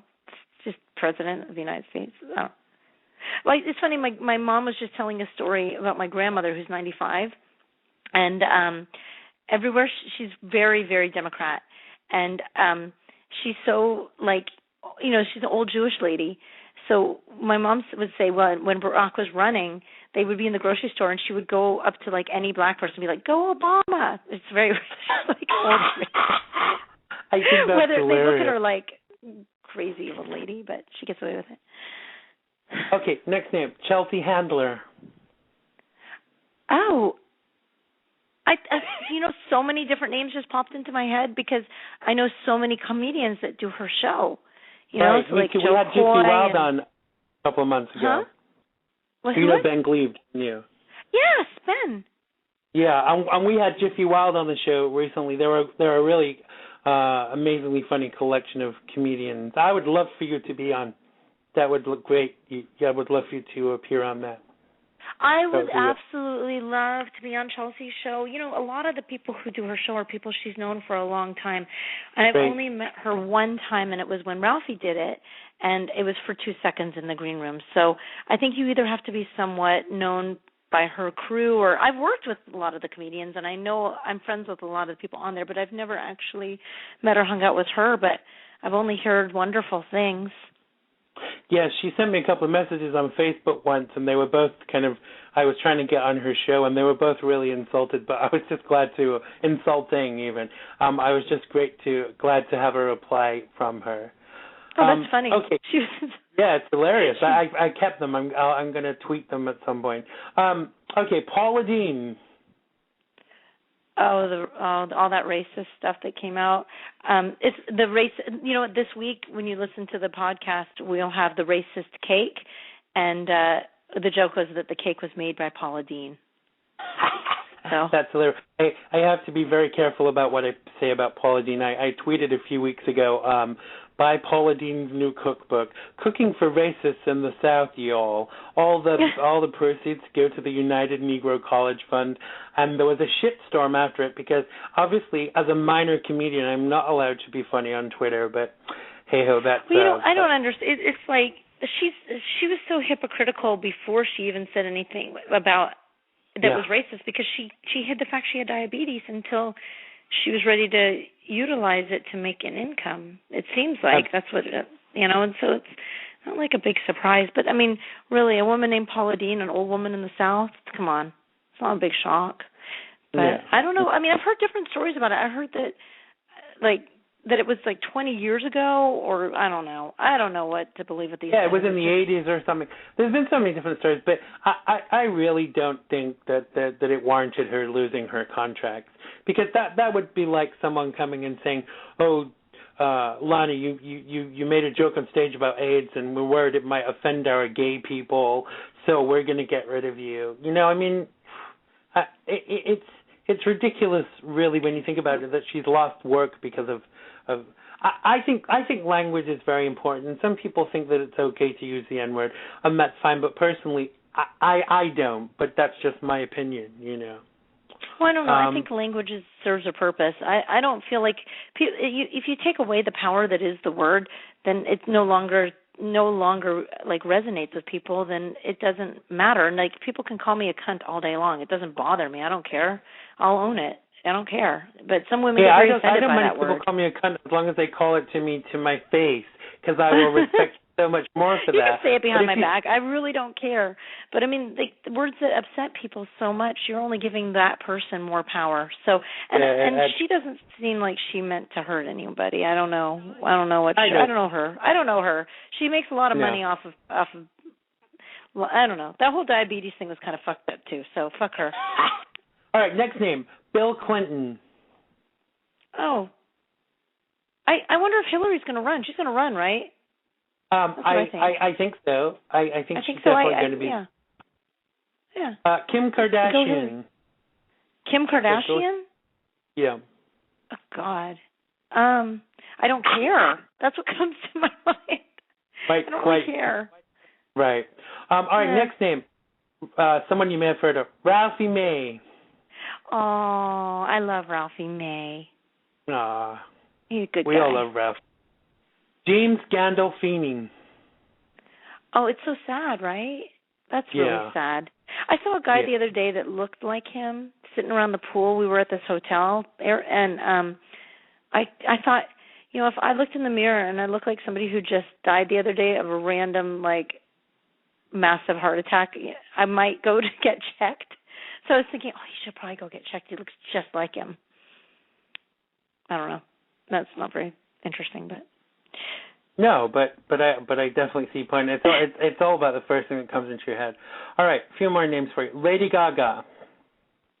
Oh, where has she been? Did she go away? She hasn't been around for a while. Did she? Nose job, apparently, but don't quote me on it. She got a nose job? Apparently. I wonder if she got it done by the same surgeon as Amanda Bynes. I don't know. Is that where she's been? I mean, that doesn't take that long. No, well, this is what they're saying, and they're also saying that she had that she has a new album coming out and stuff like that. I love cool. Lady Gaga. I love her too. I think the new nose and the new album coming out together at the same time might be pretty exciting. Do you like my nose? I'm Lady Gaga. I picked it myself. Right. All right, like Marilyn Monroe. Oh, because she's so beautiful, right? Yeah. Absolutely. Amanda Bynes. Well, she's beautiful too, right? Yep. A little crazy right now, but still beautiful. Sarah Palin. Sarah Palin. That's a lot crazy. You're just going from crazy to crazier. Daryl Stevens. Who's that? He's an African-American actor, and he was just recently in downtown L.A. He's a heartthrob, and I want him. Oh, he was on my well, then I want you to have him. Yeah, I definitely want him, and he's gay, too. So you just never know. All right, next name on the list, Xander Gibb. Xander Gibb. Again, I don't know that one. Are you serious? You? Yeah. You, Xander Gibb. I love it. Okay, I know you. Now I feel like an asshole. That was funny. I am. Everyone says it. All right, next name, Rosie O'Donnell. I love Rosie O'Donnell. We were supposed to go to the Miami Zoo with her, and we never ended up happening. So, Aww. I don't know. I've never met her. She's another one like Roseanne that I really want to meet. Xander, would you go with me to the zoo? Would I? Yeah. Yeah, absolutely. I'll take you to the New York Zoo when you come to the Bronx Zoo, because the New York Zoo is pretty shit nowadays. But yes, I definitely would. I don't know if I can match up to the experience that it would be with Rosie O'Donnell, but that's a different matter. I think she knows Ralphie. I actually got to see her perform one time, and I think we met in passing. But man, she's fucking funny. Yeah. Oh, yeah, I love her, and I miss her radio show too. All right, couple more names. She was the only thing that made The View tolerable too. Oh, you're telling me, and I mean, I'm glad that it's not Whoopi leaving. I'm really glad that Elizabeth Hasselbeck. No, I'll get it right. Elizabeth Hasselbeck is leaving. And Joy Behar. Joy Behar is good, but so what? Oh yeah, she's good. But I mean, I liked watching it when Rosie was on because she just didn't give a shit. So that was fun. No, I haven't really absolutely. watched it since. All right, couple more names for you before we end. Paris Hilton. Well, that's another one that just disappeared, right? Yep. She hasn't been around for a long time, has she? Didn't she do an album? Maybe she should be with. She used to probably go with Lady Gaga and get. Get her nose job done and dealt with. Okay, so final name for you, Jodi Arias. Jodi. And that's another one that. Huh? Killed her boyfriend. Oh God, I know what you're talking about. Ew. Yeah. Why did you throw that one at me? I don't know. It was in my list. Oh. I'm interested in people's reactions. I've even heard people saying she was misunderstood. I mean, how fucking misunderstood are you when you've just stabbed your boyfriend 25 times? Yeah, it was very clear. Stab him once, oops, but over and over again. Yeah, no, not good. Yeah, no, that's a crazy list you just came up with. I know, but I wanted it to be that way. I wanted it not to be the general run-of-the-mill that everybody else would have come up with. Or I wouldn't forgive. Who? Yeah. Xander, what? You just threw that in the middle of everything. That was hilarious when I said Xander Gibb, and you were like, who? Who? But I know you. I feel like an asshole, but I do know you. Absolutely. Listen, I've had a fabulous time talking to you. I hope we can do it again sometime. I hope that I can hook you up with my gay male porn star friend so he can come and do the cooking show with you. Tell people where they can find you. Tell them where they can find your podcast and your website, etc. Okay, awesome. Well, the podcast, I hope you guys have a chance to check that out. It's The Perfect 10 Podcast, and you can look it up like that, or you can look up Lahna Turner or Ralphie May. Any of those things will pull it up under iTunes. You can get it in Stitcher. There's a couple of other areas where you can download podcasts from. You can get it. You can also check it out we have a website for the podcast called theperfect10pod.com. And I've got my own website, LahnaTurner.com, and Lahna Turner at Twitter, Facebook, all that kind of stuff. So I'd love to hear from you guys. Thank you so much. Xander, thank you for having me. And you're on Twitter, and you're at Lahna Turner. And you also have a Facebook. Lahna Turner, Turner. Are you any relation to the 40s film star? No, none at all. Were you named after her? No, my parents liked the name Lahna and didn't think anybody would really think anything of it, which tells you, actually most people of our generation really don't know who she is. So you're special because you're really on things. But it's because I'm gay. That's what it is. Yeah, it might help, assure you. But Well, listen, Lahna, thank you so much for your time today. I really had a great time chatting to you. Give our love to Ralphie and the kids, and we look forward to seeing you on the television very, very soon with your own show. And yes, I am available for guest spots. Awesome, Xander. Well, I would love to meet you and have you meet you face to face, and we'll totally have you on ours at some point. Maybe when I'm in New York, we'll come up with something we can do. Brilliant. That will be absolutely fabulous. So thank you for joining us today, the fabulous comedian Lahna Turner. We love you very much. Thank you, Lahna. Thanks, Xander. Thank you. Have a good day. Bye, guys. You too. Bye. That was the fabulous Lahna Turner, comedian. Check her out on Twitter and Facebook and our website, www.lahnaturner.com. Okay, so for our last section of the show, we're going to talk a little bit with a couple of callers about the verdict yesterday of George Zimmerman. I'm just going to give a little bit of background before we bring the callers online. So in 1993, a young British black male called Stephen Lawrence from Altham in southeast London was murdered in a racist attack while he was waiting for a bus on the evening of the 22nd of April in 1993. The case became a cause célèbre, and as one of the highest profile racial killings in the UK history, its fallout included profound cultural changes and to attitudes on racism and the police, then the judiciary and judicial practice, and the partial revocation of double jeopardy laws in the United Kingdom before two of the perpetrators were convicted almost 20 years later. At the time, I was working in London, and I was at a fundraiser for some charity. I was seated next to the divisional commander of the Metropolitan Police, never one to shy away from asking a question. I asked the divisional commander of the police whether he thought there was a level of institutionalized racism either in the police or judiciary, to which he answered no. However, he said it only takes a few racists at the top for it to trickle down into the system.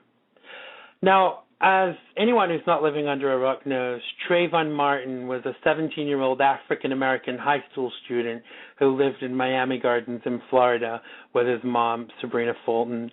In February of 2012, he was visiting his father in Sanford, Florida, after receiving a 10-day suspension from school, which stemmed from the recovery of drug residue in his book bag. That's less than amount that was smokable.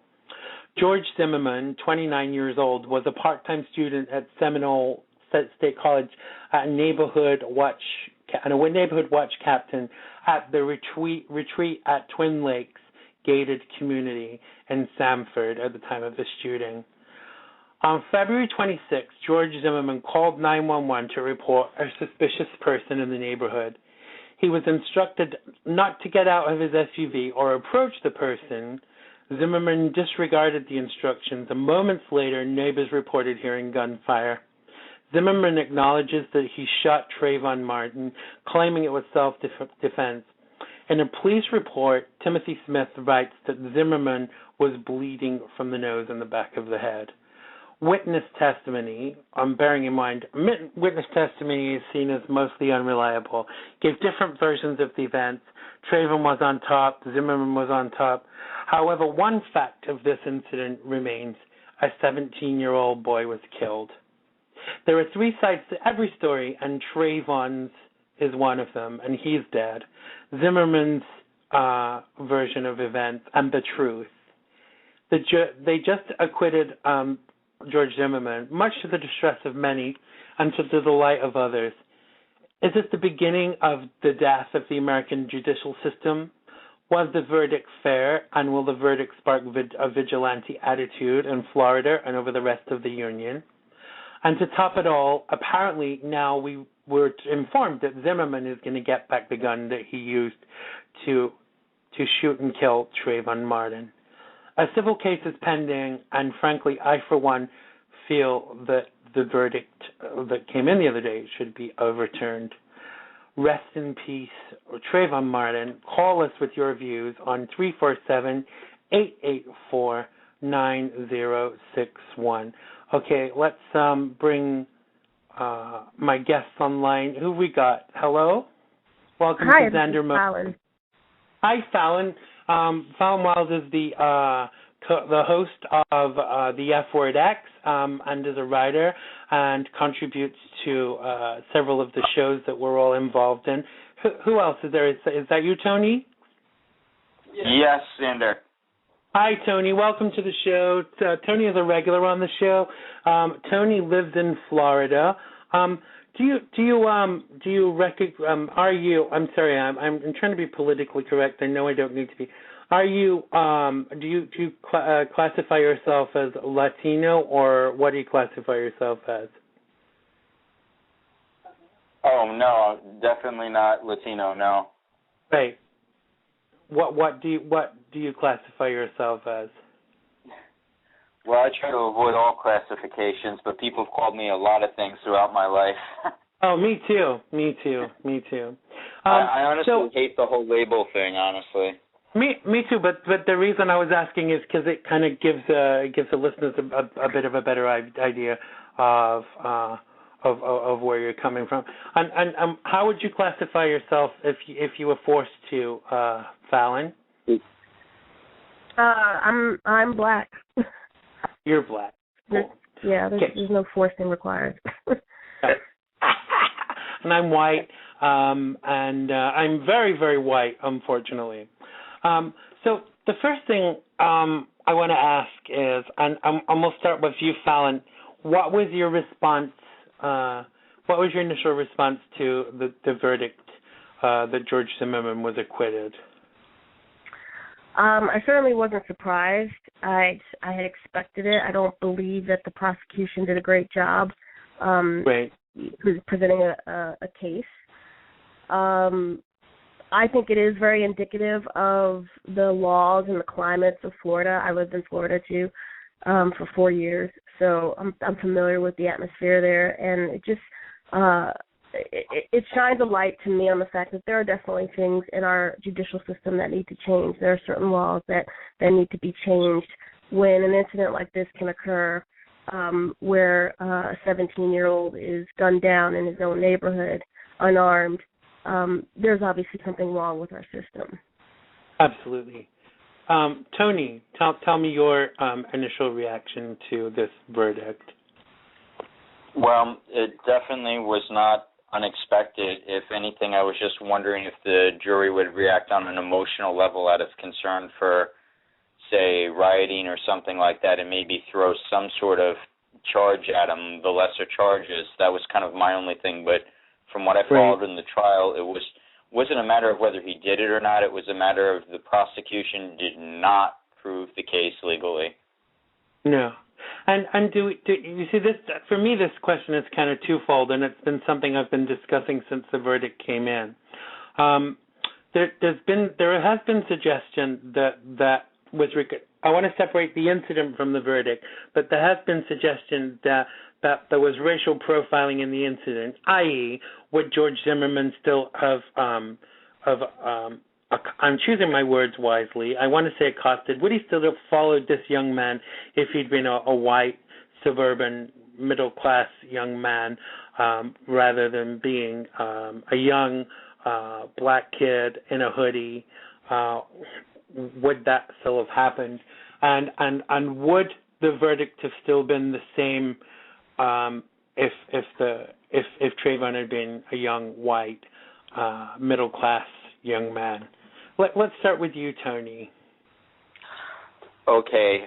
I'm very opinionated on this, actually, and I think both sides are way off base in their labeling, basically, what I said earlier, in stereotypes. There are things that aren't really being considered or talked about. Let's start with Trayvon, actually. Let's start with the opposite end of that.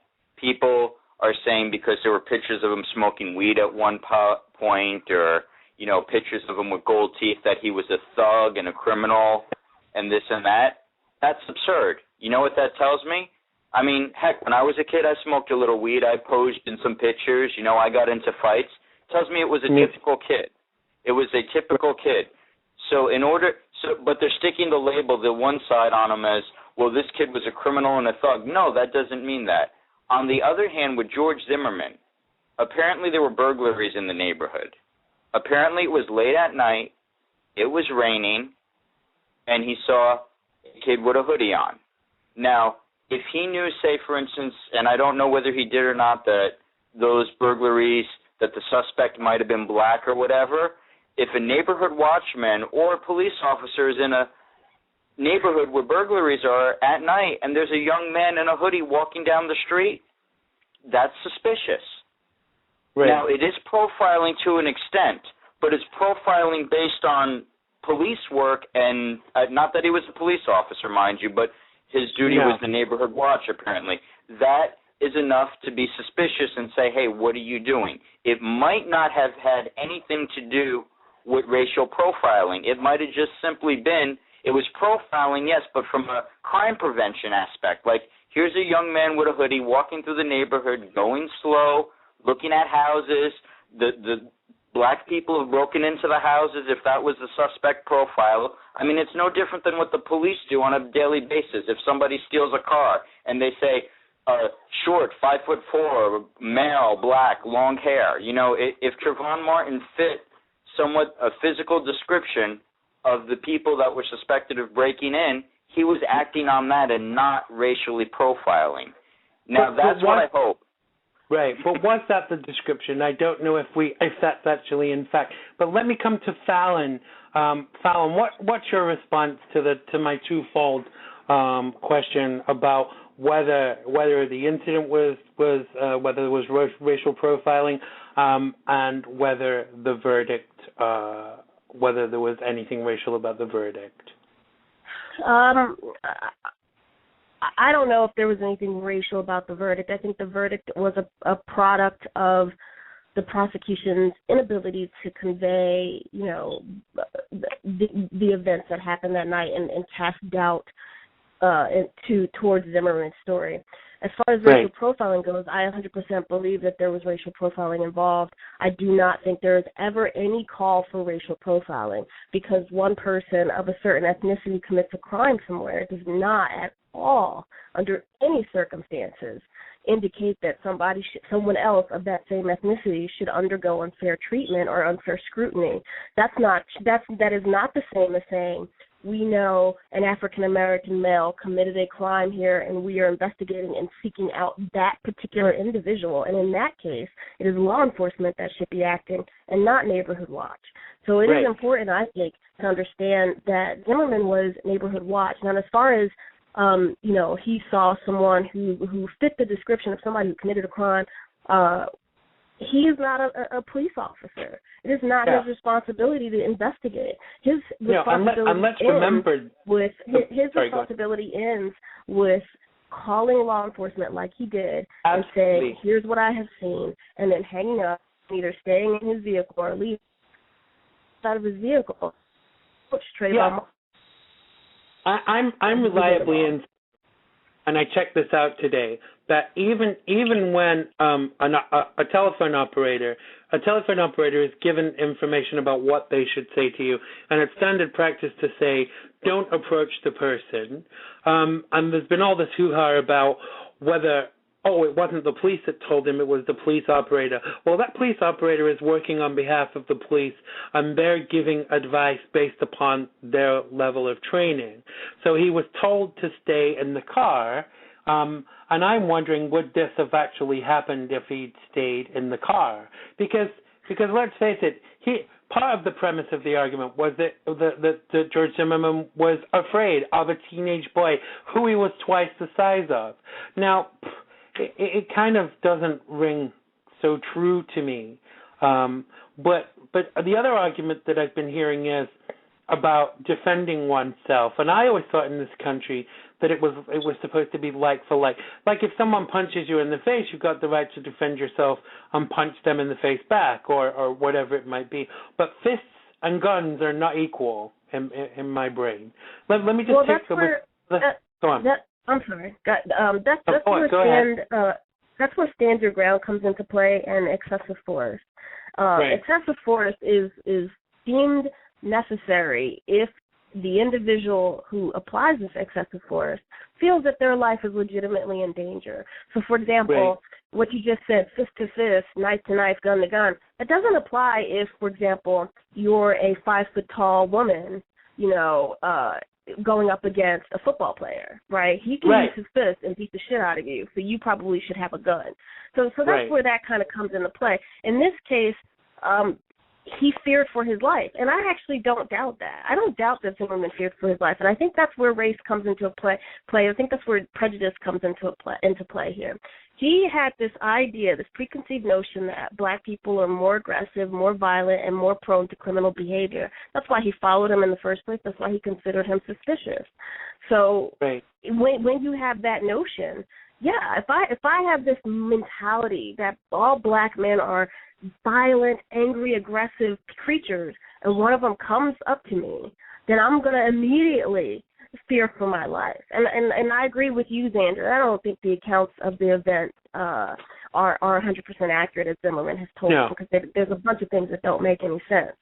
But that's where I think race really plays a part in here, in this case, is driving and motivating Zimmerman's actions. Xander, may I say something? Yeah, of course. Oh, go ahead. I'm sorry, man. Then, just before you do, can I say there's someone on hold right after Tony spoke, and we'll bring you on to talk. Fire away, Tony. Sorry. I didn't mean to cut you off. Go ahead and finish. I'm sorry. No. I was just saying there's someone on hold, and I'm going to bring. I was letting them know I would bring them on right after you had finished, but carry on. Xander, and sometimes you remember things afterwards. I had an experience in my own neighborhood a couple of months back. We have a neighborhood watch in my own neighborhood, okay? Now, it was about 1 or 2 o'clock in the morning, okay? I live in an elderly community pretty much, and I'm a young, short male. I was outside at night, pacing up and down the street, okay, smoking a cigarette, mind you, and I couldn't sleep. So I'm outside my own property on my own block. Guy comes, follows me, looks at me. Guess what? He pulls up to me. It's out of the car. What are you doing here? I'm like, I live right here, sir. And at first, I was angry, and I almost jumped at the man and started screaming, thinking, because my first reaction was, if I was a 50 or 60-year-old guy, you wouldn't be questioning me right now. You're making assumptions just because you see somebody that looks like a kid in this neighborhood at night. And I was upset. But then I realized, he's just doing his job. What would I be doing in that case? And I stand by, I do not believe that it was a matter of black or white. Now, I can't say that for sure because only 2 people know that, George Zimmerman and the Lord above. But I do believe he was acting. He was profiling, but I don't believe it was based on race. I think he was profiling, and the bigger issue is based on he saw a kid in his neighborhood at night. And, kids are generally thought to commit crime and trouble. I don't think it had to do with race so much as that. I'm sorry to interrupt. I just want to interject some facts from the interrogation that took place between Zimmerman and the police. He said he knew that previous burglaries had been committed by black people, and so he saw a black person in his neighborhood, and that's what motivated it. So it was inspired, at least, by race. But then that's reasonable. If he's seen a young black male and previous crimes were committed by a black person and he sees a young black male in the neighborhood, now where it should have stopped, I completely agree with you, is once he picked up the phone and called the police. But acting in the capacity of neighborhood watch, that's not racism, that's not hatred, that's doing what he's supposed to be doing. Up until that point where he disobeyed that 911 order, which wasn't a lawful police order, but he still should have had the common sense to have listened to them. He was doing his job. You said it wasn't a lawful police order, and that's right. But really, the advice given to you from 911 is based upon that person's level of training, and I don't disagree with if I call the cops and say, someone's going to get me, and I'm in my car, and I get out of my car to tackle this person, and I end up getting killed in the process, and I've been told to stay in my car. If Zimmerman was dead from this, we'd be having a totally different conversation now, you know. Let me just bring this caller on because they've been waiting some time. Hi, caller. You're live on XANDERMONIUM. Sorry to have kept you waiting. What's your name and where are you calling from? Hi, Xander. It's Ty. Hi, Ty. How are you? I'm good. How are you? I am absolutely fabulous. Sorry, I didn't realize that you were on hold. I guess you've been listening to all of this. What's your response to the verdict? I think, well, you mentioned Stephen Lawrence, and obviously there's still a lot of pain and suffering going on with the family here. And I think the problem, both of your callers are all right, and I get what they're saying about the profiling. But at the end of the day, I've got a horrible feeling that this will go on and on and on. He was clearly advised to stay in the car. He was afraid of the man. Why would he approach somebody he was afraid of and not just stay in the car? And again, it's a case of just letting him walk away from this seems ridiculous. The boy is dead. How can he possibly just walk away from that? And the reporting here is quite strange. BBC News mentions that Zimmerman was attacked, but then just keeps going on about the fact that there were 6 women in the jury. I don't really see what the relevance of that is. But at the end of the day, the same Stephen Lawrence case, there's still things, there's still things about police corruption here. The guy was advised not to touch him, not to go near him. He killed him, and he walked away. Yeah. So, and the unfortunate. It's funny that because we were both in London at the time that this Stephen Lawrence thing happened, and we talked a lot about it at length. And it in a way, the good things that came out of it, and it took a long time to happen, but things started to change within the police and judiciary, didn't they? I haven't lived there for some time. I don't know if it's got better, but I'm hoping that it has. I get the impression that it has somewhat. Some people have suggested that it only got better in Britain because people started watching, and if nothing else, that people start looking at this issue and talking about this issue. If nothing else happens, that people are more careful about what they do. Something good, something good has come out of it. But I cannot walk away from the fact that this young unarmed person, regardless of what color their skin is, has been shot by an adult with a gun. No matter how scared he was, people have said lots of things. Why didn't he shoot him in the foot? Why didn't he shoot up into the air or whatever? There's been so many things said about what if. But at the end of the day, the thing that sticks in my mind is we've still got a dead 17-year-old that's not going to be able to have their life. Sure. And whether people talking about racial profiling or not, it's still a fact, and it's the same in the UK that young black people are stalked more than young white people, and that's a racism issue. Of course it is. People make assumptions on the colour of people's skin, they do, and that still happens, and it's wrong. It shouldn't be happening, and of course that's an educational thing as well. We're still teaching people to be afraid of young black people. Right. And do you think that it's 20 years since Stephen Lawrence was murdered. Everybody wants to talk about it and say it was an unlawful killing. It wasn't. It was a racially motivated murder. They called him the N-word. They killed him because he was black. So that's what it was. It was a murder. Do you think things have got better in the last 20 years in the UK since all this happened? I think things have definitely changed for the better, but the scary thing, but unfortunately, I think it's what's happened is that the corruption has been exposed more than that. The latest news now is that a police officer came forward and said that he was one of the people who they were actively encouraged to dig up dirt on the family to distract from the case. So rather than us as the general public reading about the case and the people accused, they wanted to distract from that and put dirt on the family and say, and degrade the family more and put even more pain on them to distract from the crime. So even now, 20 weeks later, it's it's still this disgraceful thing. It's still going on, and the family is still in such pain. Yeah. Do you remember at the time when we talked about it, we were saying how disgusting it was that they, because they didn't even, like in this case, you know, they didn't make arrests. They didn't keep the people.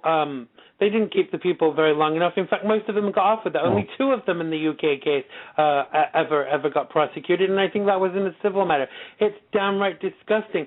There should be no color to justice, and you should be subject to the same rules, laws, rights, and everything else, whatever the color of your skin is. And if that doesn't happen, you see, we're guided by a constitution in this country, and there's supposed to be a guarantee of equality and not to be treated differently because of the color of your skin. And it's only because we've become sedate to these things in this country that these things are allowed to happen. If we fought back more, and I don't mean violently, because I don't hold truck with violence, because there are many other ways of getting your point across. If we don't say that we're not happy about something, when will things ever change? You know, for me, it's kind of it's sad that what we have forgotten. And they also, you know, the trial was of George Zimmerman, but they put this kid on trial for being murdered. He was murdered, and he was on trial for no murder. But this is what I don't understand. I mean, obviously, I'm living in the UK. I only know what I've read in the news report. But I go back to my original sort of comment. Is what I don't understand is he was, and your other callers have pointed this out straight away. Excuse me. He was told to stay in the car. He said he was afraid of the boy. So I don't understand why he approached him at first. I mean, if I was afraid of somebody, I would be walking away from them, not towards them. And he was advised not to do that. And unless somebody in the neighbourhood watches, should know what the rules are. Of course. And so even, I mean, I don't know what the outcome should have been, but it certainly shouldn't have been that he walked out of that courtroom scot-free. I don't understand how that's justice for anybody, really. So I'm kind of puzzled. Me too. I want to ask you all before we kind of bring this to a close. I want to know where you see this going. Do you think that the double jeopardy is attached, and unless there's other evidence or proof of wrongdoing in the judicial system, it can't be reopened? I know there's a civil case pending. Where do you see this going? Let's start with you, Fallon.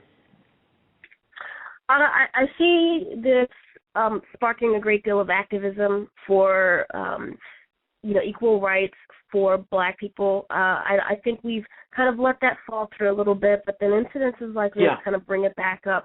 When you juxtapose the Trayvon Martin case with a similar case also taking place in Florida, where an African-American woman fires warning shots at her abusive husband who was attacking her just to get him to flee, never hit him. He was never even scratched with a bullet. But she was given 20 years. She was convicted of attempted murder and given 20 years. Yeah, that was disgusting. But when you compare that with the Trayvon Martin case, it just is. It's a glaring light on the fact that the legal system is not as even as we would like it to be, and I think it's going to spark people to get involved and work towards reform in the judiciary system. So that's what I think is going to happen. And this shines a light for me as well, Fallon, on the judicial system in Florida, because it still leaves a bitter taste in my mouth that Casey Anthony was acquitted, and I actually heard today she's pregnant again with twins, and I'm disgusted. I'm disgusted that Florida let this woman walk away. After that happened, it highlights the inadequacies of the Florida judicial system. Tony, let's come to you next. Okay, well, where I see this going is definitely a civil rights case with the Department of Justice. I will add to that this whole thing could have been avoided if it was handled properly in the judiciary. The lead detective wanted to bring the case to the grand jury. He wanted to charge Zimmerman with manslaughter, and he brought it to the prosecutor. If that local prosecutor had impaneled the grand jury like they should have done to begin with, a jury would have decided if there was enough to bring charges, and we wouldn't have this debate. The second time that happened was with Angela Corey, the state prosecutor, who caved to public opinion. She could have brought it before a grand jury as well, and she bypassed the grand jury and charged him. The thing that most upset me in the beginning was this man should be arrested for the crime. There's enough here to indicate he was grossly indifferent to a human life, and he caused a young boy's death. Now, as far as civil rights go, I don't think there's a civil rights issue here. I stand by, I do not believe this was racial profiling. I believe it was age profiling, and there's a big difference. I've worked with youth for many, many years, and the things people assume about young men, whether they're black or white or yellow-skinned, a kid walks through a neighborhood at night, the first assumption of a police officer, they will stop them, show me your ID, not because they're black or white, but because they're a young person in a neighborhood, so they must be breaking into a car, they must be doing this, and there are legitimate profiles conducted based on those things. I believe it was profiled by Zimmerman, but not based on the color of his skin. I believe it was profiled because he was a young man in a neighborhood at night. Now, whether Zimmerman did profile him and was racist, I can't say for sure, honestly, Xander, because I wasn't there. But I don't believe it was a civil rights issue. In fact, I think this is really mitigating the tragedy of the whole thing, which is a young man died needlessly because the system failed. These neighborhood watch people need to be trained. And there should have been some law to hold Zimmerman accountable. Between manslaughter and murder, there should have been something that said, hey, you disobeyed a lawful order. You acted with some, in New York, I know there's depraved indifference to human life. Like there should have been some statute that says, you know what, we're not going to fault you for what you did once you were in that situation, but you should have known when you got yourself into that situation and disobeyed a 911 operator that this could have happened. You acted in a way that any reasonable person, you, me, or another human being would know could lead to something bad. And that's what he should have been held accountable. If you're that afraid of someone, I know if I thought someone was following me and they were going to hurt me, I'd lock myself in my car and I'd call the cops. Or this is the other thing, everybody's forgetting this, a car has 4 wheels and an engine. Why not drive the fuck away? If you're that concerned someone's going to get you, drive away. Because he acted on emotion and he overstepped his bounds as a neighborhood watch the minute he got out of that car. Now, once again, like your first caller said, you can't necessarily fault him once he got into that situation, but he put himself in that situation and he caused the situation. And by that, a death occurred. And see, that I wish we had some middle ground in the law to address that. See, that he caused that situation. You may not be able to find him legally guilty of manslaughter. At the time, he might have been in fear for his life. If somebody's on top of me punching me and I fear for my life, I'm going to use any means necessary. But I know enough to avoid a situation, like you said, stay in your car, walk away where it's not going to cause that. And that, I think, is an issue that needs to be addressed along with the training of these neighborhood watch people and young men across America. Like I gave you the personal example for myself. This is an issue with youth. We have curfews. We have things. You should hear the way teachers, law enforcement talk about teenagers. Okay, kids in this country are considered trouble. A kid wearing a shirt, baggy pants, a tattoo, long hair. These are assumptions people make, but they're not based on race. They are based on prejudice. They are based on profiling, and it's unfair. This is what we think of young people, and I stand by that whether he was black or white or any other category. It was the fact that there was a young man in that neighborhood at night. And if there was 2 or 3 young men, Zimmerman would have thought the same thing if it was a group of people. That is my personal opinion.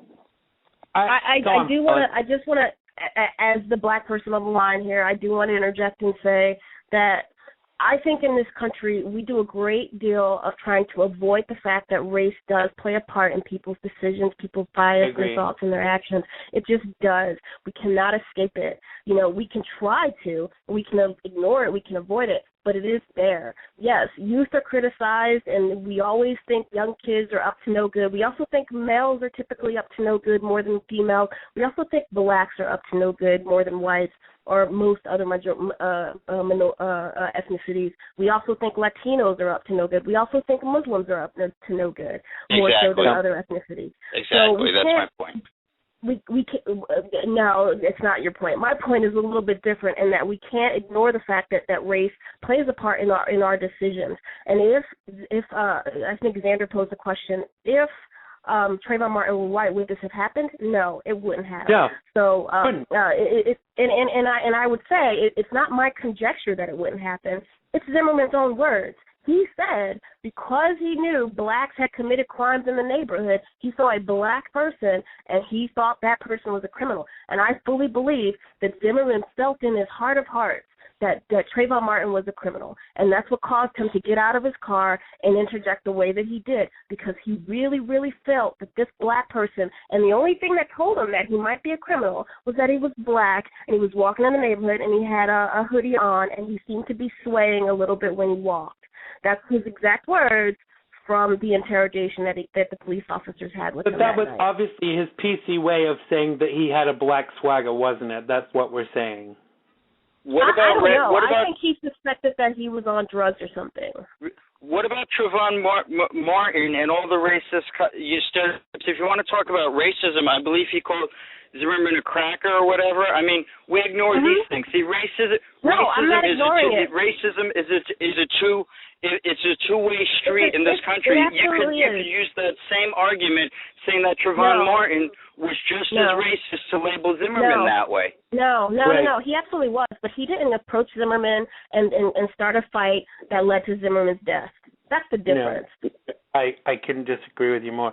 Ty, let me just come to you for the last comment of this section, because we're coming to the end of our time. Where do you think things are going to go from here? What do you think is going to happen now?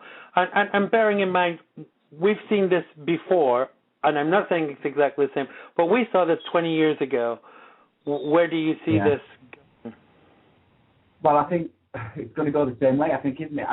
To be honest, the only comment I can really make is I think there's going to be a lot of anger, obviously there already is. I think it's going to go on for a very long time, but I just hope that Trayvon's family don't go through the same kind of pain that the Lawrence family are still going through 20 years on. We're going to argue backwards and forwards whether it's racial profiling or not. Ultimately, legally, as both Tony and Corey, I don't know the lady's name, Cole, both said, you know, he acted more or less illegally.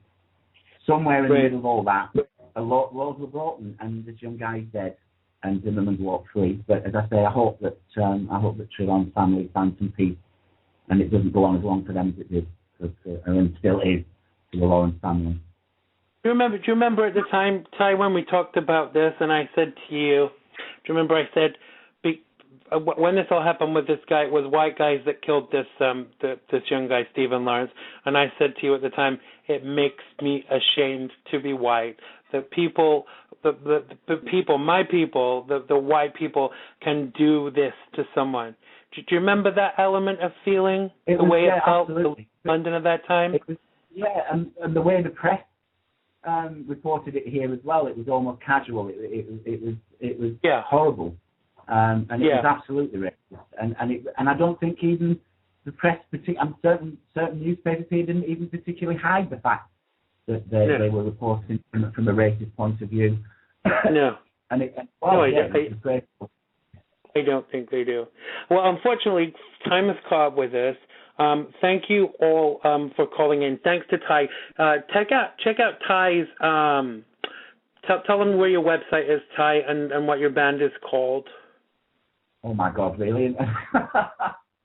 Ty's band is called Return to Alchemy, and you can find him on Facebook and Twitter. Just look for Return to Alchemy. I'll tweet the link.